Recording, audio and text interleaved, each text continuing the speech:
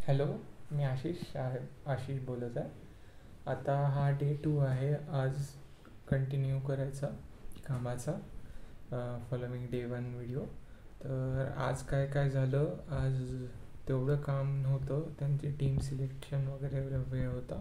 तर तितक्या वेळात मी माझं DSAचे जागा पाहिले की कुठून वाचता येते, कुठून करता येते. आणि मग पुस्तक ते MTechवाल्या करिअर मोंकवाल्या सरांचं ऑनलाईन ह्याच्यावर पायथॉनवालं स्पेसिफिक होतं बुक.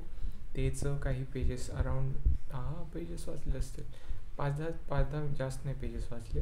स्टार्टिंग हे ऑफ लॉग एनवाला असिम्प्टॉटिक रिलेशन्स वगैरे त्याच्यासाठीचं वाचत होतो. मग त्याच्यानंतर त्यांनी दुसऱ्या टीममध्ये सांगितलं की जी बग्सवर प्रोडक्ट्सवर काम करते त्याच्यावरती ते गोलँग यूज करतात. मी गोलँगचं 3 घंटे वाचू लागलो डॉक्युमेंटेशन त्याच्यात वाचणं काय झालं की अपडेट ह्याचं की त्याच्यात प्रिंट कसं करत होतो आणि फंक्शन कसं एक्सपोर्ट करायचं दुसरंवालं, आणि त्याचं यूज कसं करायचं, त्याच्यात फरक काय होते, आणि त्या ह्याच्यात go.mod हे काय करावं लागते, चेंजेस काय करावं लागतात, तेवढं शिकणं झालं माझं. त्याच्यात ॲरे मॅप्स वगैरे करण्याच्या अगोदरच टीम्स चेंज झाली. आणि मग मला आता पेनिट्रेशन टेस्ट आणि AI एजंट्स ह्याच्यावर वर्क करावं लागणार आहे.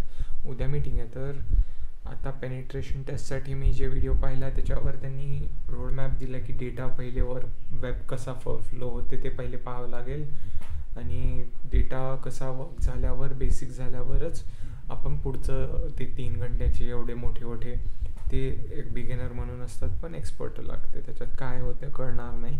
तर मी ह्याच्यावरूनच चालू करीन. आणि आपल्याला माझं पहिलेच डोक्यात होतं की रेकमेंडेशन आलं होतं की एक चांगला प्रोजेक्ट आहे की आपण HTTP सर्व स्वतःच बनवून पाहायचं फ्रॉम स्क्रॅच. तर आपल्याला कळेल कसं छोट्या गोष्टी करेल. ते मी मे बी करीन. ह्याच्यात होतच आहे तर सोबत होऊन जाईल आणि ते मला CV मध्ये टाकता येईल. काही तर वेगळं नाही तर नेटवर तेच भेटते, ही साईट ती साईट, ह्याचं क्लोन त्याचं क्लोन, सगळ्या गोष्टी तर त्या प्रोजेक्टच्या तशाच सेम दिसणार आहेत विथ AI इंटिग्रेशन किंवा काही वगैरे असेच राहतात. तर मी हे वाला ट्राय करीन आणि अभ्यास करून नवीन प्रोजेक्टसाठी टाईम आहे तर मी शिकेन पण. आणि आता दुसऱ्या लोकांना वगैरे पण विचारावं लागेल ज्यांना त्यांना पर्स्पेक्टिव्ह वेगळा असेल, त्यांना काही गोष्टी वेगळ्या येत असतील. कारण की एकट्यानं शिकण्यात खूप टाईम जाईल, कारण की आपण दुसऱ्यांना बोलूनच पॉलिशिंग होते आपल्या आयडियाजची, नाहीतर आपण आपल्या डोक्यात राहू खूप स्लो जाईल ते. आणि अजून मी आता गोलँग ते चालू केलं तर ह्याच्यात जेव्हा टाईम असेल तेव्हा हे संपवून टाकतो. गोलँगचं पूर्ण नाही होणार पण ते गेट स्टार्टेडवाला जो पेज आहे तो कमीत कमी, आणि कसं वर्क करते बेसिक ते तर कमीत कमी करावं, कारण की आता अर्धवट सोडावं नाही वाटत आहे मला. आणि आता आज होता प्लॅन DSA करायचा स्टार्ट, प्रॉपर क्वेश्चन्स वगैरे, पण ते नाही झालं. मी फक्त बघितलं कोड फोर्सेसवर वगैरे, पण कॉन्टेस्ट जाऊन त्याचे रँकिंग स्पेशलिस्टपर्यंत आणावं लागेल. आणि नीट कोडवरचे काही आहे कसं आहे ते पाहिलं. तर दोन्ही मला करावं लागेल, त्याच्यातच लँग्वेजचे रिव्हिजन वगैरे होऊन जाईल. आता त्याच्यानंतरचा प्लॅन तोच आहे. उद्या त्यांनी जे काम दिलं त्याच्यावर करायचं आणि जिम वगैरे चालू करावं लागेल, अपडेट करावं लागेल बॉडीला, मसल बॉडी ठेवावं लागेल. त्याच्यासाठी अजून